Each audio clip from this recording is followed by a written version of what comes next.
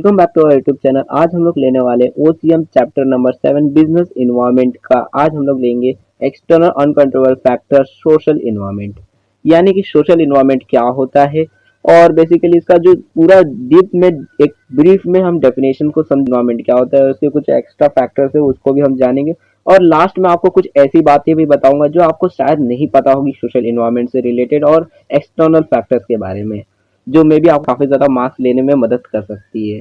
तो स्टार्ट करते हैं देन आज के टॉपिक को। सबसे पहले मैं आपको याद दिला दूं कि एक्सटर्नल फैक्टर्स होते क्या है, और आपको याद दिला देते हैं। हमने लास्ट लेक्चर के अंदर भी देखा था और उससे पहले के लेक्चर के अंदर भी देखे कि एक्सटर्नल फैक्टर्स क्या होते हैं। एक्सटर्नल फैक्टर्स का मतलब वो फैक्टर्स जिनके ऊपर हमारा कंट्रोल नहीं होता, यानी कि वो हमारे कंट्रोल के बाहर होते हैं, उन्हें हम एक्सटर्नल फैक्टर्स कहते हैं, यानी अनकंट्रोलेबल फैक्टर्स। जैसे भूकंप आ जाता है तो उसके ऊपर हमारा कंट्रोल नहीं होता। वैसे ही काफी सारे ऐसे फैक्टर्स होते हैं जो सोशल से रिलेटेड होते हैं, यानी कि जो सोसाइटी होती है, हमारे जो आसपास के लोग होते हैं, उनके ऊपर भी हमारा जो बिजनेस है वो डिपेंड होता है। उनके टेस्ट के ऊपर डिपेंड होता है, उनके लाइक डिसलाइक के ऊपर मतलब डिपेंड होता है। मान लो कि अगर कोई प्रोडक्ट है, अगर मान लो हम वड़ा पाव बेचते हैं और हमारी जो सोसाइटी है, लोगों को अब वड़ा पाव पसंद नहीं आता, अब चीज जो बर्गर है वो पसंद आता है, तो उस टाइम पे उनका लाइक डिसलाइक जो है वो चेंज होने की वजह से अब वो हमारा प्रोडक्ट को नहीं खरीदेंगे, तो इसकी वजह से भी हमारा जो बिजनेस है वो काफी ज्यादा इन्फ्लुएंस पड़ सकता है। तो इसी को हम सोशल इन्वायरमेंट कहते हैं। अब डिटेल में हम इस टॉपिक को हम आज देखेंगे। तो सबसे पहला पॉइंट लिखा था, social attitude is important for business practice to cope with it. The modern business is a social system in itself, and it is also a part of the large social system represented by society in general। यानी कि basically जिन points को देखेंगे तो ज्यादा detail में समझ आएगा। तो देख लेते हैं पॉइंट को। The social attitude is important for business practice to cope with it. The modern business is a social system itself, and it is also a part of the large social system represented by society in general। यानी कि basically जो हमारा business है, basically जो हमारा business है वो society के जितने भी काम होते हैं उसके ऊपर ध्यान देता है, सोशल एटीट्यूड रहता है, यानी जो भी लोग चाहते हैं उस हिसाब से काम करता है, उनसे कॉपरेट करता है, उनके हिसाब से काम करता है। और अभी का जो बिजनेस है, यानी मॉडर्न बिजनेस जो है वो एक सोशल सिस्टम पे बिलीव करता है, यानी खुद ही एक सोशल सिस्टम है। यानी कि जो लोग चाहते हैं वो चीज जो अब वो प्रोवाइड करता है। पहले क्या होता था, जो हम चाहते हैं वो हम लोगों को बेचते थे, लेकिन अभी के टाइम पे क्या होता है, जो लोग चाहते हैं वो चीज हम बेचते हैं, यानी कि बिजनेस अब लोगों सोसाइटी के हिसाब से चलता है, सोशल सिस्टम। ठीक है। देन लिखा है, clearly there should be some reciprocal relationship between business and society. यानी कि बेसिकली अभी के टाइम पे देखें तो जो बिजनेस है और सोसाइटी जो है वो एक दूसरे से लिंक है, एक दूसरे से जुड़े हुए रहते हैं। यानी कि अगर सोसाइटी है, यानी कि लोग जो है, अगर उनको कोई प्रोडक्ट जो है वो अच्छा लगता है और अगर वो बिजनेस बेचता है तो उन दोनों में अच्छा रिलेशन बन जाता है। यानी कि जो चीज अगर सोसाइटी को चाहिए वही चीज अगर बिजनेस बेचता है तो उसका ग्रोथ होगा, और अगर जो चीज सोसाइटी को नहीं चाहिए अगर वो चीज बिजनेस बेचेगा तो उसका लॉस होगा। Put it shortly, the business should adopt itself to the social environment accordingly. यानी कि इसको शॉर्टली में कहे तो जो बिजनेस होता है वो खुद ही से और जो सोशल इन्वायरमेंट होता है उसके हिसाब से अपने आप को ढाल लेता है। यानी कि अगर लोगों को मान, जैसे एग्जांपल लेते हैं, पहले के टाइम पे क्या होता था, जो लेडीज होती थी वो सिर्फ साड़ी पहनती थी, लेकिन अभी के टाइम पे क्या होता है, अभी जीन्स पैंट भी पहनती है। तो उस टाइम पे क्या होता था, अगर उस टाइम पे मान लो लोग जो है वो साड़ी रेफर करते थे, तो उस टाइम पे अगर लोग चाहते साड़ी पहनना तो जो बिजनेसमैन होते थे वो साड़ी ही बेचते थे। लेकिन अब चाहते कि जो लेडीज होती है वो जीन्स जो होती है, जीन्स टॉप्स होती है वो पहनना चाहती है। तो अब बिजनेस जो होती है, जो भी बिजनेसमैन होता है वो प्रोडक्ट बेचता है। यानी कि जो भी सोशल इन्वायरमेंट है, जो भी सोशल ट्रेंड चल रहा होता है, जो भी लोग चाहते हैं वो चीज बिजनेस बेचता है, उसी हिसाब से अपने आप को ढाल देता है। ठीक है। जैसे पहले क्या था, पहले के टाइम पे लोग जो नोकिया का डब्बा फोन रहता था वो चलाते थे, लेकिन अभी के टाइम पे वो नहीं लोग चलाते, अभी के टाइम पे लोग स्मार्टफोन चलाते। तो उसी हिसाब से बिजनेसेस को भी चेंज होना होगा और वो भी अब स्मार्टफोन बेचने लगेंगे, तो ना अभी भी डब्बा फोन बेचेंगे। तो ये भी काफी इंपॉर्टेंट होता है कि लोगों के हिसाब से हमें अपने आप को चेंज करना पड़ता है, अपने बिजनेस को फ्लेक्सिबल बनाना पड़ता है सिचुएशन के हिसाब से, इन्वायरमेंट के हिसाब से। ठीक है। Another Another feature which affect the business is the class structure of the society, which tells about the social role and organization and the development of social institution। मतलब बेसिकली यही है कि ये जो बिजनेसेस होते हैं इनको काफी सारे अलग अलग तरीकों से अफेक्ट किया जा सकता है सोसाइटी की तरफ से, जिसमें से एक आता है क्लास स्ट्रक्चर। यानी कि जो भी हमारी सोसाइटी है उसका कैसा क्लास है। मान लो आप कोई जैसे हम मिडिल क्लास होते हैं, तो उनका जो टेस्ट होता है वो अलग होता है, उनके प्रेफरेंसेस अलग होते हैं, जो रिच लोग होते हैं उनके प्रेफरेंसेस अलग होते हैं, अलग अलग क्लासेस जो होती है सोसाइटीज की उनकी अलग अलग जो प्रेफरेंसेस होती है वो होती है। तो उस हिसाब से हमें अपने बिजनेस को ढालना है, यानी कि मान लो अगर हमारा जो एरिया है वहाँ पे, जो हमारी जो कॉलोनी है वहाँ पे लोग जो है वो रिच है, उनकी जो क्लास है वो काफी हाई है, तो उस हिसाब से हमें अपने बिजनेस को करना चाहिए, यानी कि वहाँ पे लग्जरियस प्रोडक्ट्स को बेचना चाहिए, यानी सोसाइटी के जो टेस्ट है उसके हिसाब से हमें अपने प्रोडक्ट को बेचना चाहिए। ठीक है। Class structure depend upon the various factors like occupation of the people, their education, income levels, social status, attitude toward living, work, and social relationship, and above all, their attitude toward business. यानी कि basically structure, class structure किसके ऊपर depend करता है, तो इसमें कुछ factors बताए गए हैं कि यानी कि जो पर्सन है वो क्या काम करते हैं, यानी कि अगर बड़े पोस्ट पे होंगे तो सो दैट उनका क्लास जो होगा वो भी बड़ा होगा। देन उनकी एजुकेशन जितनी होगी वो भी डिपेंड करता है, उनकी इनकम लेवल कितनी होगी यानी कितना कमाते हैं उस पर भी डिपेंड करता है, उनका सोशल स्टेटस कितना होगा यानी लोगों के सामने उनका जो स्टेटस होगा वो कितना होगा वो भी डिपेंड करता है, वो जिंदगी को किस तरह से जीते हैं उसके ऊपर भी डिपेंड है कि यानी कि अगर शौक से जीते हैं यानी कि शौकीन लोग हैं तो डैट उसका जो क्लास स्ट्रक्चर वो अलग होगा। देन क्या काम करते हैं, उनकी सोशल रिस्पॉन्सिबिलिटी मतलब रिलेशनशिप कैसी होती है, यानी लोगों के सामने किस तरह से वो रहते हैं, लोगों के सामने उनकी रिलेशनशिप कैसी है, ये सारी चीजें फैक्टर्स जो है वो अफेक्ट करते हैं बिजनेसेस को, यानी कि ये सारी चीजों को ही हम क्लास स्ट्रक्चर कहते हैं और इसी के ऊपर क्लास स्ट्रक्चर डिपेंड रहता है। देन आगे लिखा है every society develops its own culture, which means how the members of that society behave and interact with each other in the society। यानी हर एक जो सोसाइटी होता है वो अपना खुद का एक कल्चर बना देता है, यानी कि मान लो अब रिच पर्सन है तो वहाँ पे लोग अपना खुद का कल्चर बना देते हैं कि हम सस्ते चीजें नहीं खरीदते हैं, हमारा मतलब हम सब अमीर लोग हैं हम सस्ती चीजें नहीं खरीदते, तो पूरा जो सोसाइटी होता है वो उनका जो मतलब माइंडसेट होता है वो वही बन जाता है कि हमारे जो हम जो है वो अमीर लोग हैं हम सस्ती चीजें नहीं खरीदते। तो वहाँ पे अगर आप महंगी चीजें बेचोगे तो वहाँ पे आपका जो प्रोडक्ट है वो अच्छे से बिकेगा, क्योंकि वहाँ के जो लोग हैं उस हिसाब से आप अपने प्रोडक्ट को बेच रहे हो, यानी कि वहाँ के लोगों का अगर टेस्ट मान लो साड़ी में नहीं है, वहाँ के लोगों का जीन्स में ज्यादा टेस्ट है कि लोग जो है वो जीन्स पहनना ज्यादा अच्छा लगता है उन्हें, तो वहाँ पे आपको जीन्स बेचना चाहिए। अगर वहाँ पे आप साड़ी बेचते हो तो वहाँ पे लोग नहीं खरीदेंगे। वहीं पे अगर गांव एरिया तो वहाँ का जो सोसाइटी है वहाँ का जो कल्चर है वो अलग है, वहाँ पे लोग साड़ी पहनना साड़ी और सूट्स रहते हैं वो पहनना प्रेफर करते हैं, वहाँ पे अगर आप जीन्स बेचने लगोगे तो आपका जो बिजनेस है वो नहीं चलेगा। ठीक है। अब जैसे अगर विलेजेस में जाएंगे तो अगर आप वहाँ पे साड़ी बेचोगे तो वहाँ पे आपका बिजनेस चलेगा, लेकिन वहीं पे अगर आप जीन्स वीन्स बेचोगे तो वहाँ पे बिजनेस चलना काफी मुश्किल हो जाता है। In addition to these, other remarkable factors include aspects like custom, tradition, values, ethics, beliefs, social trends, poverty, literacy, life expectancy rate, and other accept behavior patterns which are as follow। यानी काफी सारी चीजें होती है, काफी सारे ऐसे factors होते हैं जो सोशल इन्वायरमेंट के अंदर आते हैं, मतलब जैसे कि आप मान लो कि उन कस्टम्स जैसे कि उनका जो मतलब जो भी उनके कस्टम्स होते हैं कि ट्रेडिशंस उनके होते हैं, यानी कि मान लो जैसे इंडियन ट्रेडिशन क्या है साड़ी पहनना कि जो लेडीज होती है वो साड़ी पहनती है, तो अगर आप इंडिया में साड़ी बेचोगे तो ज़्यादा आपके लिए अच्छा रहेगा कि आप बिजनेस आपका ज़्यादा अच्छे से ग्रो होगा।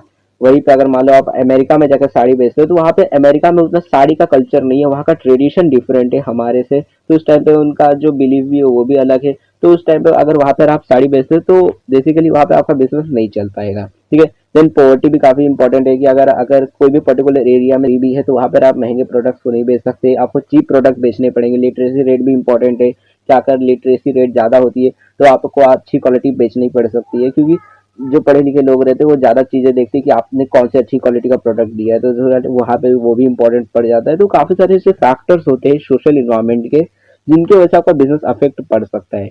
अब एक एग्जांपल ले तो जैसे मान लो आपने खोल लिया एक साड़ी की दुकान। ठीक है। आपने साड़ी की दुकान खोल ली इंडिया के अंदर, आपने सोचा इंडिया के अंदर ट्रेडिशन है साड़ी पहनने का, हम साड़ी की दुकान खोल लेते हैं। ठीक है। लेकिन क्या हुआ अब लोगों का जो टेस्ट है वो चेंज हो गया, काफी सारे फैक्टर्स होते हैं जिसमें से मान लो अब उनका टेस्ट ही चेंज हो गया, उनका ट्रेडिशन जो था कल्चर जो था वो धीरे धीरे अब डेवलप हो रहा है और चेंज हो गया। अब इसकी वजह से अब वो लोग साड़ी ना पहनकर, अब उनका ट्रेडिशन चेंज हो चुका है, वो साड़ी नहीं पहनते, अब उनके अंदर ट्रेंड आ गया कि अब हम जीन्स पहनेंगे, तो अब आपको जीन्स बेचना पड़ेगा, क्योंकि अगर अब अभी भी साड़ी बेचते हो तो उस टाइम पे आपका बिजनेस नहीं चलेगा। ठीक है। वहीं पे अगर एग्जांपल दे तो पहले के टाइम पे क्या होता था, जो जेंट्स होते थे, जो लोग लड़के होते थे आदमी होते थे, उन लोग मतलब खादी पहनते थे, खादी के कपड़े पहनते थे, लेकिन अभी के टाइम पे कोई भी खादी के कपड़े उतने नहीं पहनता है। ठीक है। तो उस टाइम पे अगर आप खादी पहनते यानी कि जो आज़ादी का टाइम था उससे पहले का जो टाइम था, मतलब 90s के पहले का जो टाइम था, उस टाइम पे लोग जो थे वो खादी पहनते थे, लेकिन अभी के टाइम पे लोग कोई भी खादी उतना नहीं पहनता है। तो उस टाइम पे अगर आप खादी बेचोगे तो वो तो चलेगा, उस टाइम पे आपका बिजनेस काफी अच्छा चलेगा। लेकिन अभी अभी के टाइम पे अगर आप खादी बेचते हो, खादी के कपड़े बेचते हो, तो कोई भी उतने नहीं पहनेगा और आपका बिजनेस नहीं चलेगा। तो आपको ये सारी चीजें देखनी पड़ती है कि लोग जो है, जो सोसाइटी हमारी, जो सोशल ट्रेडिशन चल रही, कस्टम चल रही, उसके हिसाब से आपको अपने बिजनेस को सेटल करना है, चलाना है। देन आपको ये सारी चीजें तो समझ आ गई होगी। अब आगे चलते हैं। तो यहाँ पे कुछ इसके फैक्टर्स दिए गए हैं जो इसको हम और ज्यादा डिटेल में समझ सकते हैं कि सोशल फैक्टर्स आखिर क्या होते हैं। पहला जो है वो है सोशल एक्सपेक्ट। मीन्स क्या, तो बेसिकली इसके अंदर वो सारी एक्सपेक्ट आते हैं, वो सारी मतलब सोसाइटी से चीजें आती है। जैसे कि अब लिटरेसी लेवल हो गए, यानी कि लोग जो है वो कितने पढ़े लिखे, ये भी काफी इंपॉर्टेंट रोल हो जाता है। देन एजुकेशनल सिस्टम की, अभी का जो टाइम का एजुकेशनल सिस्टम, यानी किस तरह से पढ़ाया जाता है लोगों को, किस तरह से लोग सीखते हैं, cultural heritage, standard of living and mobility of labour, ये सारी चीजें जो फैक्टर्स है, ये सब अफेक्ट कर सकती है हमारे बिजनेस को, जो एक काफी इंपॉर्टेंट एक्सपेक्ट है सोशल इन्वायरमेंट के। अब किस तरह से अफेक्ट कर सकती है, तो एग्जांपल देता हूँ। मान लो आपने सोचा कि मैं वड़ा पाव की दुकान खोलूंगा, ठीक है, आपने सोचा मैं वड़ा पाव की दुकान खोलूंगा, लेकिन लोग जो थे उनकी लिटरेसी लेवल काफी अच्छी थी, यानी कि क्या, लोग जो थे काफी पढ़े लिखे थे, उनको सब मतलब सबके सब पढ़े लिखे थे और सब हेल्थ कॉन्शियस थे, यानी कि सबको मालूम है कि बाहर का खाना खाएंगे तो हमारी जो हेल्थ है वो खराब हो जाएगी। इसकी वजह से लोग आ नहीं रहे आपके पास वड़ा पाव खाने के लिए, तो इसकी वजह से आपका बिजनेस इन्फ्लुएंस पड़ेगा और आपका बिजनेस बंद पड़ जाएगा। तो इसकी वजह से आपका बिजनेस जो है वो बंद भी पड़ सकता है। अब आप बोलोगे खाली बिजनेस मतलब क्या, कि इसकी वजह से मतलब लोग पढ़े लिखे, इसकी वजह से तो हमारा घाटा जा रहा है, फायदा किधर जा रहा है, तो फायदा भी जाता है। कुछ कुछ बिजनेसेस जो होते हैं इसकी वजह से मतलब फायदा भी उन्हें मिलता है, यानी कि उनको अपॉर्चुनिटी भी मिल जाती है। यानी कि देखो, अब बहुत सारे लोग पढ़े लिखे हैं जिसकी वजह से उन्हें हेल्थ कॉन्शियस है, मतलब क्या, उन्हें मालूम है कि हमें बाहर का चीज नहीं खाना है, लेकिन हमें एक्सरसाइज करनी है जिसकी वजह से हमारी हेल्थ बनी रहे। ठीक है, अब वो हेल्थ बनाने के लिए क्या करेंगे, जाएंगे जिम में। अब जितने भी लोग होंगे जो जिम का बिजनेस करते हैं, यानी जिम चलाते हैं, उनका तो बिजनेस काफी अच्छे से चलेगा, क्योंकि लोग जो है वो पढ़े लिखे, उनको इतना दिमाग है कि हमें एक्सरसाइज करनी चाहिए, जिनकी वजह से उनका बिजनेस चलेगा। तो बेसिकली देखें तो यहाँ पे दोनों रहते हैं, दोनों मतलब सिनेरियोस रहते हैं कि कुछ लोगों के लिए ये थ्रेट्स बन जाते हैं, तो कुछ लोगों के लिए अपॉर्चुनिटीज बन जाती है। ठीक है, अब दूसरा है सोशल ट्रेंड्स का, यानी कि बेसिकली जो भी सोसाइटी में नया ट्रेंड चलता है उसके हिसाब से हमारे बिजनेस को काफी सारे अफेक्ट्स, मतलब काफी सारे इन्फ्लुएंस हो सकता है हमारा बिजनेस। जैसे कि मान लो कि अभी के टाइम पे जो लेडीज होती है वो ज्यादातर टॉप्स और जीन्स पहनती है, तो अभी के टाइम पे ये ट्रेंड चल रहा है। पहले के टाइम पे मतलब 90s के टाइम पे कौन सा ट्रेंड था, तो साड़ी का ट्रेंड था। लोग जो लेडीज होती थी साड़ी नहीं तो सूट्स का मतलब पहनती थी, साड़ी नहीं तो सूट्स पहन लेती थी। तो उस टाइम पे वो चीज का ट्रेंड था, अभी के टाइम पे दूसरा चीज का ट्रेंड है। तो इसी हिसाब से आपको अपने जो प्रोडक्ट है उसके अंदर भी एडवांसमेंट लानी पड़ती है, चेंजेस लाने पड़ते हैं ट्रेंड्स के हिसाब से, यानी कि लोगों को अब क्या चाहिए उस हिसाब से आपको अपने बिजनेस को चेंज करना पड़ सकता है। लिखा देख लेते, पॉइंट्स देख लेते। In India social trends are changing very fast, यानी कि अभी इंडिया के अंदर काफी जल्दी जल्दी ट्रेंड्स बदलते रहते हैं। यानी कि पहले साड़ी लोग पहनते थे, देन अब लोग जीन्स वीन्स पहनने लग गए हैं। ठीक है, आदमी की बात करें तो पहले लोग खादी के कपड़े पहनते थे, धोती कुर्ता पहनते थे, अभी के टाइम पे जीन्स टी शर्ट पहनते हैं। ठीक है, तो ऐसे जो मतलब बेसिकली जो ट्रेंड है वो बहुत ही जल्दी जल्दी इंडिया में चेंज होता रहता है। Urban population is becoming more health and fitness conscious, यानी कि अर्बन एरिया, यानी कि जो भी सिटीज एरिया होती है वहां पे लोग जो है वो काफी हेल्थ और फिटनेस कॉन्शियस हो रहे हैं, यानी कि जिम्स में जा रहे हैं, वर्कआउट्स कर रहे हैं। People in large number are going for fast food items and jeans, यानी कि जो फास्ट फूड होता है, जो जीन्स होता है, उसके लिए काफी लोग जा रहे हैं, जिसकी वजह से बेसिकली इंडिया के अंदर ये भी ट्रेंड अब आ रहा है धीरे धीरे कि लोग जो है काफी ज्यादा हेल्थ कॉन्शियस हो चुके हैं और लोग एक्सरसाइज काफी ज्यादा कर रहे हैं, जिसकी वजह से हमारा बिजनेस जो है काफी ज्यादा मतलब बेसिकली देखें तो ग्रो हो सकता है। जितने भी जिम्स होते हैं, यानी जो भी फास्ट फूड बेचते हैं, उनका जो काफी ज्यादा ग्रोथ हो सकता है। यानी कि ऐसे लोग जो हेल्दी फूड बेचते हैं, जो हेल्थ के लिए अच्छी होती है, जैसे सलाद हो गया, वो सारी चीजें बेचते हैं, तो उनका जो बिजनेस है काफी ज्यादा ग्रो हो पा रहा है, क्योंकि अभी के टाइम पे ट्रेंड चल रहा है कि लोग जो है काफी ज्यादा एक्सरसाइज कर रहे हैं, काफी ज्यादा वर्कआउट्स कर रहे हैं, अपने फिटनेस के ऊपर ध्यान दे रहे हैं। ठीक है, in view of this trend fast food outlets and gyms are coming up in urban and semi urban areas, यानी कि इसकी वजह से क्या हो रहा है कि ये जो जिम्स है और ये जो फास्ट फूड आउटलेट्स यानी दुकानें हैं, ये सब अब अर्बन और या फिर सेमी अर्बन, यानी कि जो अर्बन नहीं है, यानी कि सिटीज नहीं है, लेकिन आधे वाली मतलब थोड़ी बहुत सिटीज जैसी रहती है, वो वैसे एरिया के अंदर भी ये जिम्स और ये आउटलेट्स खुल मतलब फास्ट फूड के आउटलेट्स खुले जा रहे हैं, यानी दुकानें खोली जा रही है, जिसकी वजह से उनका जो बिजनेस है काफी ज्यादा ग्रो हो रहा है ना। तीसरा वाला जो है वो है सोशल वैल्यूज का, यानी कि बेसिकली इसका मतलब होता है कि जैसा मान लो कि कोई जैसा पंजाबी लोग हैं, तो पंजाबी लोग का क्या कस्टम होता है, उनका क्या बिलीव होता है कि हमें पगड़ी वगड़ी पहनने का वो सारे मतलब उनके कस्टम्स होते हैं।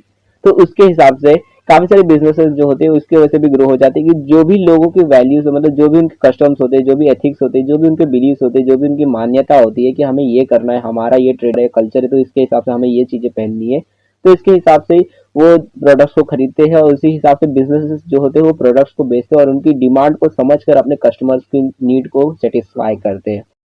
देन चौथा जो है वो है ट्रेडिशंस का, यानी कि जैसे कि अब दिवाली के ओकेशंस होते हैं, दिवाली सेलिब्रेशन, क्रिसमस, ईद, ऐसे जो फेस्टिवल्स होते हैं इनके वजह से भी काफी सारे बिजनेसेस जो है अफेक्ट पड़ सकते हैं। यानी कि मान लो आप दिवाली के दिन है, दिवाली के दिन के इधर अगर आप मिठाई बेचते हो तो आपको कितना फायदा होगा बताओ। दिवाली के दिन काफी सारे लोग मतलब काफी क्या सब के सब मिठाई खरीदते हैं, ठीक है। ईद के दिन भी काफी सारे ऐसे प्रोडक्ट्स होते हैं जो जैसे अब बकरा है तो मतलब जैसे काफी सारे स्वीट्स होते हैं वो बिकते हैं। देन क्रिसमस के दिन भी काफी सारे चॉकलेट्स स्वीट्स है वो सारे बिकते हैं। तो जो फेस्टिवल्स होते हैं उनके पर्टिकुलर जो प्रोडक्ट्स है वो बिजनेसेस को उनका काफी सारा फायदा हो जाता है। जो भी सेलिब्रेशंस होते हैं, जो भी फेस्टिवल्स होते हैं, उनके वजह से बिजनेसेस को काफी ज्यादा इन्फ्लुएंस होते हैं, चाहे अच्छी तरीके से या फिर बुरी तरीके से। कुछ कुछ बिजनेस जो इसकी वजह से उनका बुरा इन्फ्लुएंस भी हो जाता है।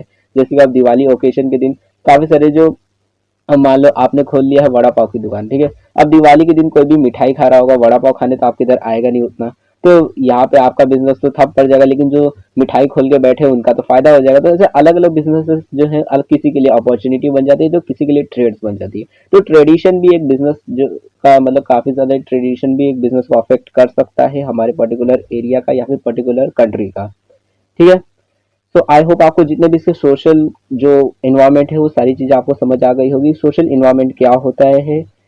एंड देन हमारा नेक्स्ट जो टॉपिक होने वाला है वो है पॉलिटिकल इन्वायरमेंट, यानी जितने भी पॉलिटिकल इन्वायरमेंट्स होते हैं, यानी गवर्नमेंट से रिलेटेड, जो जुडिशरीज होती है उससे रिलेटेड, यानी असेंबली उससे रिलेटेड जितनी भी चीजें होती है वो किस तरह से होती है, वो किस तरह से अनकंट्रोलेबल फैक्टर, ये सारी चीज हमारे नेक्स्ट वीडियो मिलने वाली, जो आपको ये ऊपर वाली वीडियो में मिल जाएगी, वरना नीचे वाली प्लेलिस्ट को क्लिक करके सारी वीडियोस को देख लो, नहीं तो चैनल को सब्सक्राइब कर लो और वीडियो को अपने दोस्तों के साथ शेयर कर लो।